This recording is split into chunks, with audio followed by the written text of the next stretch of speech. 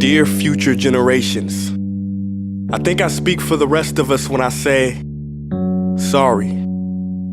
Sorry we left you with our mess of a planet. Sorry that we were too caught up in our own doings to do something. Sorry we listened to people who made excuses to do nothing. I hope you forgive us. We just didn't realize how special the earth was. Like a marriage gone wrong. We didn't know what we had until it was gone. The world is at a crossroads. In many countries, the gap between rich and poor continues to get wider.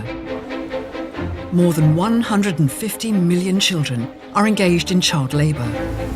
And there are more refugees on Earth than ever before. Globalization seems to have failed. We're seeing people close their borders, we're seeing countries become more nationalistic.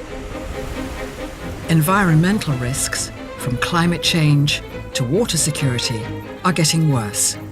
We are seeing the impacts of climate change across the world, and that is bound to get worse and worse.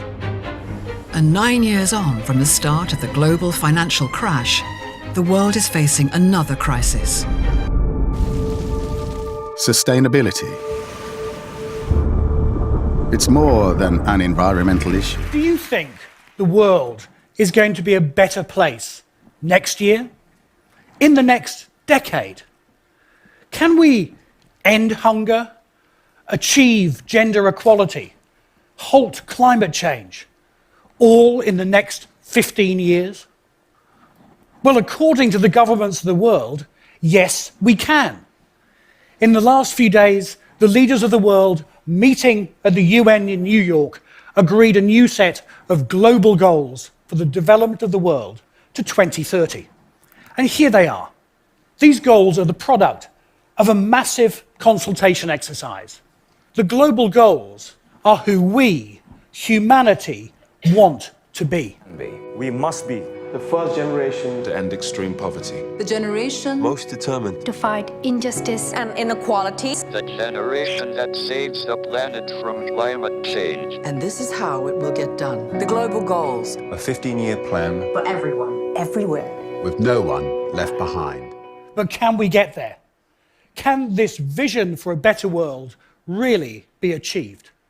Well, I'm here today because we've run the numbers, and the answer, shockingly, is that maybe we actually can, but not with business as usual. The challenge the larger companies have is that only about 20% of the emissions they're responsible for are under their direct control. They can manage those by reducing the number of cups they use, the amount of paper they use, the amount of energy and water they waste.